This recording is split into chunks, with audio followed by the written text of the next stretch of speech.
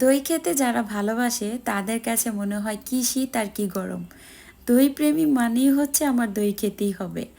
আর আমার তো দই অনেক বেশি পছন্দের। আর পছন্দের খাবারটা যদি নিজের হাতে তৈরি করা যায় তাহলে তার বেশি ভালো লাগে, তাই না? আসসালামু আলাইকুম, সবাই কেমন আছেন? প্রথমে আমি এখানে টক দইটাকে একটু সেট করে নিচ্ছি। মানে টক দইটা তো আমাদের লাগবেই, তো টক দইটাকে আমি কিছুটা নিয়ে ছেঁকে রাখবো, যাতে করে আমাদের দইটা খুব দ্রুত বানিয়ে ফেলতে পারি। আর হ্যাঁ, দই কিন্তু মিষ্টি দই দিয়েও বানানো যায়, তো বাসায় যেহেতু টক দই আছে তাই টক দইটা দিয়েই বানাবো।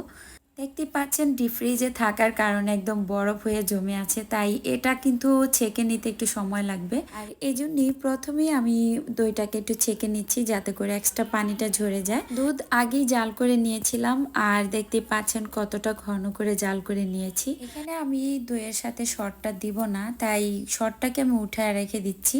আর এটা দিয়েও পরবর্তীতে আমি